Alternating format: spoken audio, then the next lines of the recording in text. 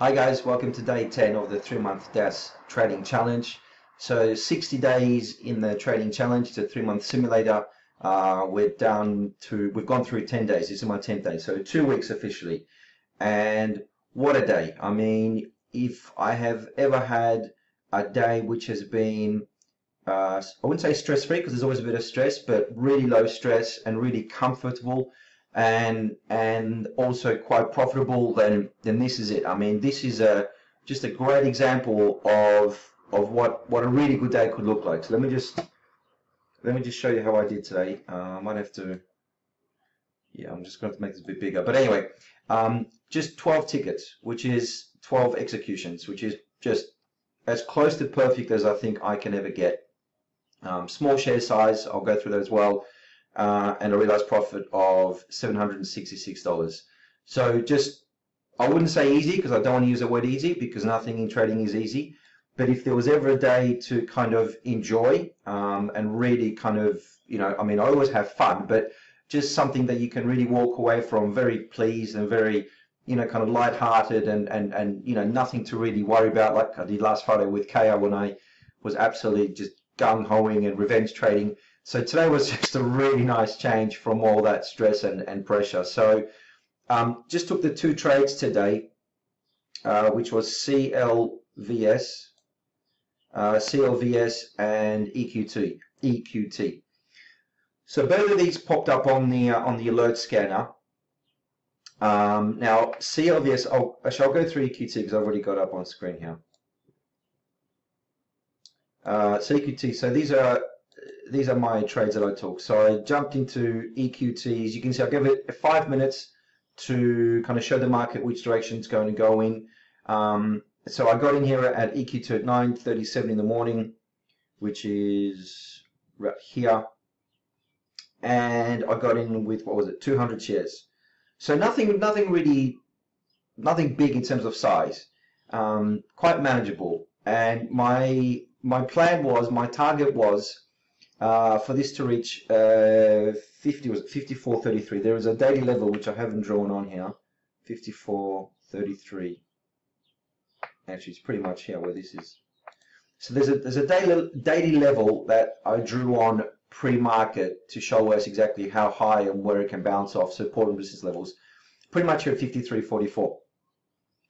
And what happened was, this is a 5-minute chart, right? And we got in with 200 shares, and I was expecting the break and the rejection of the VWAP, simply because I could just see the price action pulling it lower and lower and lower, and it didn't seem to have a lot of strength for it to kind of bounce up and get some momentum on the upside. So I followed this up with another, I think, 100 shares here, and added to my position, which is where here. I added to my position, and then I added twice more. So here and here. Now that just gave me a lot of confidence to know that I'm doing the right thing, I'm going the right direction.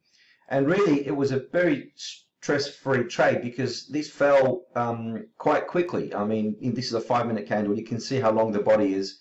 Very short wick, so quite a convincing candle and quite convincing weakness. No real support from a buying perspective to kind of try and bring it back up again. And I covered in 4 places. I covered half here, 54. Do you know what? This is the wrong level. The level should have been 54.33, not 53.33. So 54.33. I was wondering why it was so low. So let's say about there. So this was my target, my target. All right, when I got in. So my target, so let's say I got in here, so 55.50 for argument's sake. My target was 54.35, so $1.25 of upside, and risk would have been, what was my average? My average would have been, actually I don't know where to see my average anymore because the trades are, I can't see my average price that I got in after accumulating this, but I'm presuming it would have been 55.35, let's say 55.35. So VWAP is at 55.55. So my average was 55.35. I was 20 cents below the VWAP in terms of my average price. So my stop would have been the VWAP, or just a little bit, probably 15 cents above the VWAP. So my 20 cents up to VWAP was my risk, plus another 15 cents on top. So that's what, 25 and 15 is 40 cents. So I gave it 40 cents maneuvering room in case, in case it bounced up a little bit. So my risk was 40 cents, and my reward, my target was $1.25. So that's what, 3 to 1 pretty much, which is a really good, solid risk to reward ratio. This is a type of risk reward that I wish I could, I could find on a lot of trades and actually manage it as well as I did here, because this was just a flawless trade. Anyway, so I covered half here, then another half of the remaining half, so you don't get confused, and then another half of the remaining half, and then the last bit. So you can see it here. So I had 600 shares all up accumulated. So I covered half, which is 300. Then I covered a further half of that 300 remaining, which was 150, and then I had 150 remaining, and I covered in two places here. So just a really good, solid trade. Nothing really here to focus on in terms of, I don't know, there weren't a lot of indicators that I needed to have. There wasn't a lot of extra technical analysis I needed to. It was just a simple opening range breakdown.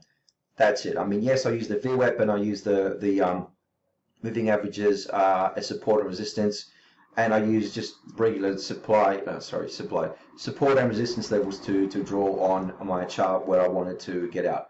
So just a really, really good trade. Now, I have to be honest and say that when I closed this position and I closed my second trade, which was CLVS, which we'll go through in a second, this continued to show weakness. And this was setting up for another short around about here, the $54.22 mark.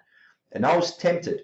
I was very, very tempted to go in here again, because it just kept showing me weakness. And it looked like I was able to kind of predict its course. But I didn't take the trade for one reason only. I want to try and learn to be very disciplined in my approach. And the first thing around my discipline is that if I reach my daily profit targets, I stop. Or conversely, if I reach my daily maximum loss for the day, I stop. Now, it would have been very easy for me to kind of break that rule and go short here, because I would have made money on it. And I was about, 85% sure that this was going to continue dropping. So that's a pretty good conviction to have. If you can see something dropping and you're short, I mean, that's a very good sign. That's a very positive sign, and very, that you're confident in terms of what you're doing. But, I held off. If I had taken the trade, I think there would have been another $150, $200. But I don't want to go too big too quickly, because I don't want to set myself expectations for having to reach $766 a day, because that's not realistic. I mean, this is not what it's about. It's not about me reaching, $1,000 a day at the moment. Anyway, this is all about just learning the right strategy, which I'm beginning to understand a little bit better, and it's about making sure that I can apply it with discipline. Because my biggest approach, guys, is my lack of discipline. I'm too gung-ho in how I enter trades, and I'm a little bit too random in terms of how I choose those trades. So, having this framework, which I'm learning, just helps me so much to kind of, build these kind of walls around me that I shouldn't breach. And if I breach those rules, then it's my own stupidity.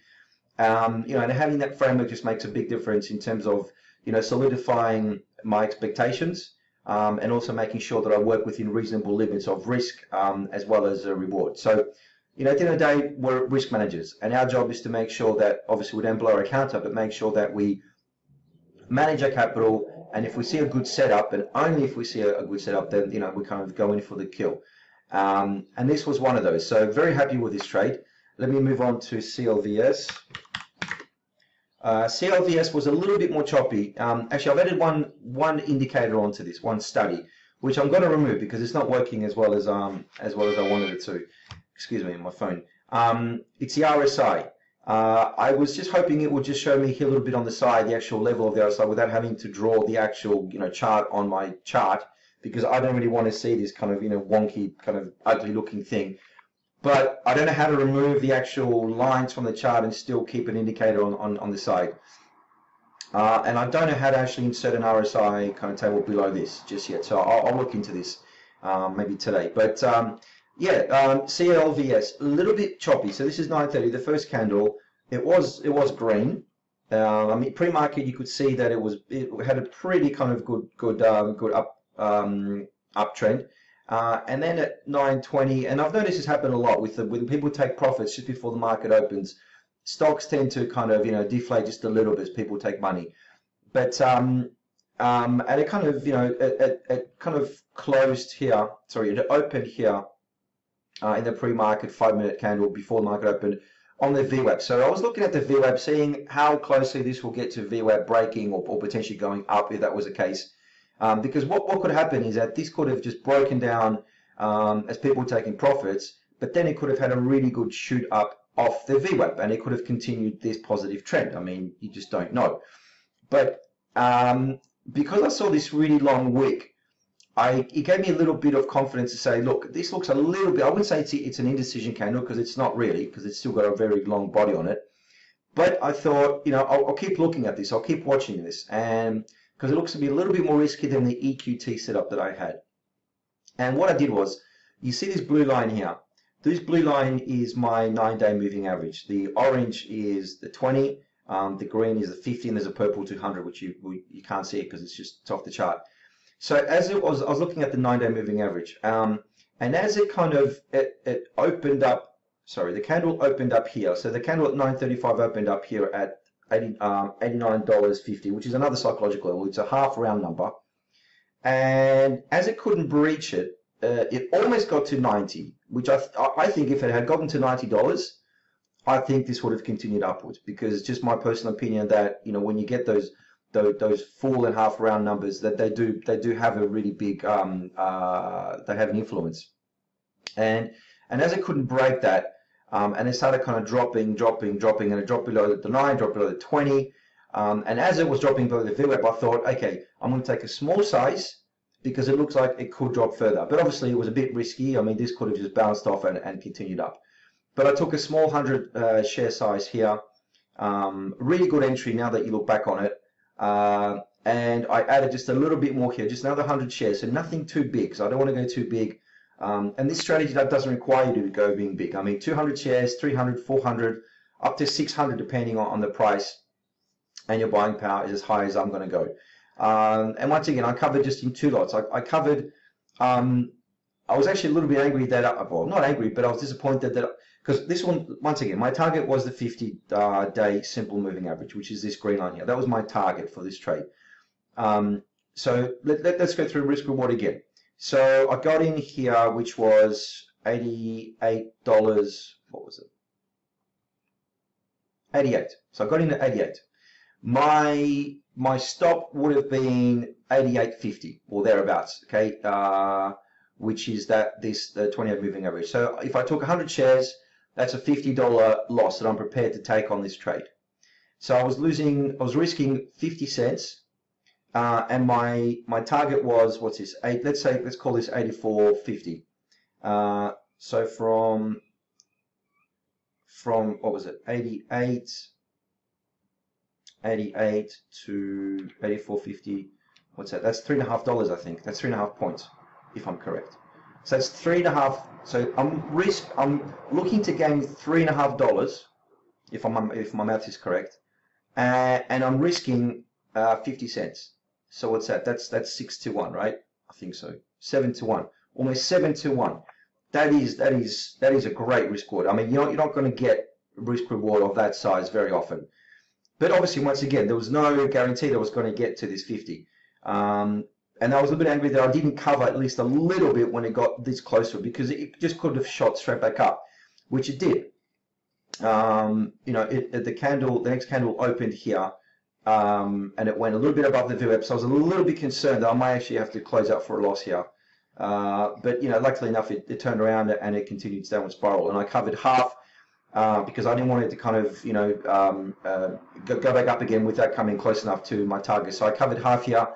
And then this next candle was a bit wicky, and I thought, okay, I'm not going to take a risk. It could go back up to VWAP. It looked like it was going to go back up to VWAP, and I covered the remainder here. So that was just another really good solid trade. So, two good trades, minimal risk, 12 executions, I think it was, and just a really great day all around. So lots of good learning to be had. Got to go, guys. I've got 5 seconds left.